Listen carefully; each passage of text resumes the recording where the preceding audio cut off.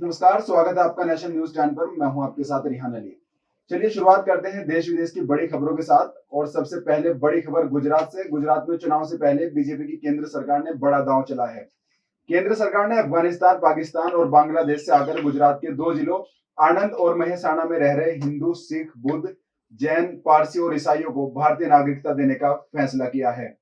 केंद्र ने सोमवार को पाकिस्तान, बांग्लादेश और अफगानिस्तान से आए हिंदुओं, सिखों, बौद्धों, जैनियों, पारसियों और ईसाइयों को 1955 के नागरिकता अधिनियम के तहत भारतीय नागरिकता देने का फैसला किया है। नागरिकता संशोधन अधिनियम सीएए 2019 के बजाय इन शरणार्थियों को 1955 के नागरिकता अधिनियम के तहत नागरिकता देने का फैसला लिया गया है।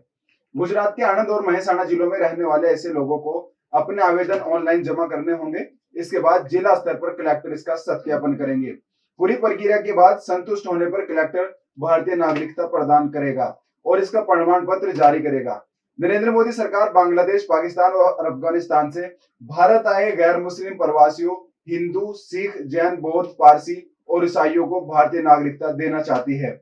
ऐसे नागरिक जो 31 दिसंबर 2014 तक भारत आए थे। अगली खबर मोरबी के पुल हादसे से जुड़ी है। मोरबी पुल हादसे का मामला सुप्रीम कोर्ट पहुंच गया है। सुप्रीम कोर्ट में जनहित याचिका दाखिल हुई है। इसमें दुर्घटना की जांच सुप्रीम कोर्ट के रिटायर्ड जज के नेतृत्व में एसआईटी से कराने की मांग की गई है। सुप्रीम कोर्ट में दाखिल जनहित याचिका में ऐसी घटना दोबारा ना हो, इसके लिए देश भर में जितने भी पुराने पुल या स्मारक हैं, वहां होने वाली भीड़ को मैनेज करने के लिए नियम बनाने की मांग की गई है। सुप्रीम कोर्ट के वकील विशाल तिवारी ने यह जनहित याचिका दाखिल की है। गुजरात के मोरबी में पुल हादसे के एक दिन बाद पुल की मरम्मत करने वाली कंपनी ओरेवा के 2 अधिकारियों सहित 9 लोगों को गिरफ्तार किया गया था। सूत्रों का कहना है कि वे ओरेवा के मध्य स्तर के कर्मचारी हैं। जानकारी यह भी है कि कंपनी के वरिष्ठ अधिकारी पुल त्रासदी के बाद से लापता है। कंपनी ओरेवा को कई खामियों के लिए दोषी ठहराया जा रहा है, जिसमें फिटनेस प्रमाण पत्र लेने में कथित विफलता और समय से पहले पुल को फिर से खोलना भी शामिल है। पीएम मोदी ने भी मंगलवार को मोरबी का पुल दौरा किया। इस दौरान उन्होंने हादसे में घायल हुए लोगों से भी मुलाकात की। प्रधानमंत्री मोदी ने मोरबी पहुंचने पर सबसे पहले पुल दुर्घटना स्थल का दौरा किया और वहां जारी तलाशी व बचाव अभियान का जायजा लिया। साथ ही उन्होंने इलाके का हवाई सर्वेक्षण भी किया। इस दौरान गुजरात के मुख्यमंत्री भूपेंद्र पटेल उनके साथ रहे। पीएम मोदी ने इसके बाद मोरबी के सिविल अस्पताल में भर्ती घायलों से मुलाकात की। उन्होंने अस्पताल में चल रहे उपचार के बारे में भी जानकारी ली। प्रधानमंत्री के मोरबी के सरकारी अस्पताल का दौरा करने से पहले उसे चमका दिया गया था। पीएम के दौरे से पहले मजदूरों को अस्पताल के एक हिस्से को साफ करते हुए पेंट करते हुए देखा गया। वाटर कूलर व बेडशीट को भी प्रधानमंत्री के आगमन की खबर के साथ ही बदला गया। अस्पताल के प्रवेश द्वार के कुछ हिस्सों पर पीले रंग का पेंट किया गया, जबकि अस्पताल के भीतर कुछ हिस्सों पर सफेद पेंट किया गया। पीएम के आने से पहले अस्पताल के काया पलट को लेकर कांग्रेस और आम आदमी पार्टी ने बीजेपी पर निशाना साधा है।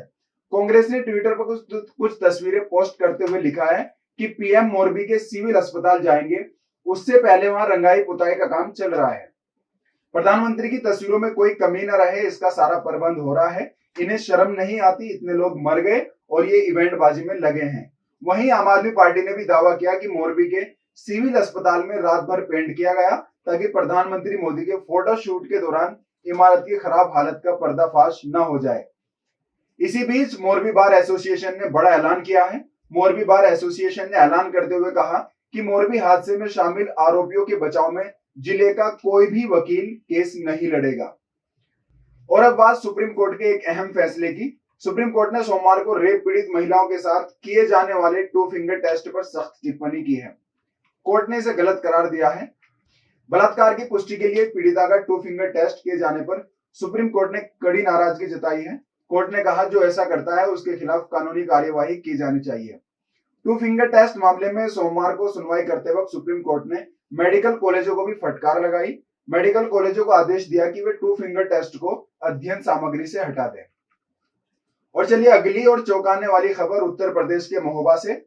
आपने सरकारी अस्पतालों में डॉक्टरों को तो इलाज करते देखा है, लेकिन क्या आपने कभी सरकारी अस्पतालों में तांत्रिकों को इलाज करते देखा है? यदि नहीं तो चलिए आपको ले चलते हैं उत्तर प्रदेश के महोबा में। यूपी के महोबा जिले में कुछ ऐसी तस्वीरें सामने आई हैं जिन्हें देखकर आप हैरान हो जाएंगे।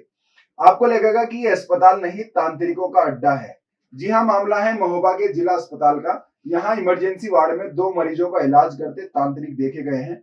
हैरानी इस बात की है कि जिम्मेदारों को इसकी भनक तक नहीं लगी। यहाँ इमरजेंसी वार्ड में मरीजों का इलाज तांत्रिक कर रहे हैं, इससे डॉक्टरों पर सवाल उठ रहे हैं और स्वास्थ्य विभाग में हड़कंप मचा हुआ है। वहीं पूरे मामले पर जिम्मेदार चुप्पी साधे हुए हैं। डॉक्टरों के इलाज से फायदा न मिलने पर परिजनों ने तांत्रिकों को अस्पताल में बुलवा लिया। उन्होंने अस्पताल के इमरजेंसी वार्ड में ही इलाज शुरू कर दिया। इस दौरान अस्पताल में 1-2 नहीं बल्कि 3-3 तांत्रिक मौजूद थे। हैरानी इस बात की है कि खुलेआम जिला अस्पताल में झाड़ फूंक होती रही और जिम्मेदारों को इसकी भनक भी नहीं लगी। इससे स्वास्थ्य प्रशासन के ऊपर कई बड़े अहम सवाल खड़े होते हैं जो निकलकर सामने आ रहे हैं। क्या अस्पताल में इलाज करने जैसी सुविधाओं का अभाव है या फिर इसे डॉक्टरों की लापरवाही कही जाए? क्या लोगों को अस्पताल के डॉक्टरों पर भरोसा नहीं है या अस्पताल में देखरेख के लिए आवश्यक डॉक्टर या स्टाफ ही नहीं है? बता दें कि ये पहला मामला नहीं जब महोबा के जिला अस्पताल में तांत्रिकों द्वारा झाड़ फूंक की गई हो। इससे पहले भी इमरजेंसी वार्ड में महिला का तांत्रिक द्वारा इलाज करने का मामला सामने आया था। अब बड़ा सवाल ये बनता है कि जब सरकारी अस्पतालों में भी तांत्रिक ही इलाज करेंगे तो फिर अस्पताल में तैनात सरकारी नौकरी पाने वाले डॉक्टरों की क्या जिम्मेदारी है? ये बड़ा अहम सवाल है जो निकलकर सामने आ रहा है। फिलहाल मेरे साथ इतना ही। देश विदेश की बड़ी खबरों के साथ देखते रहे नेशन न्यूज 10। नमस्कार।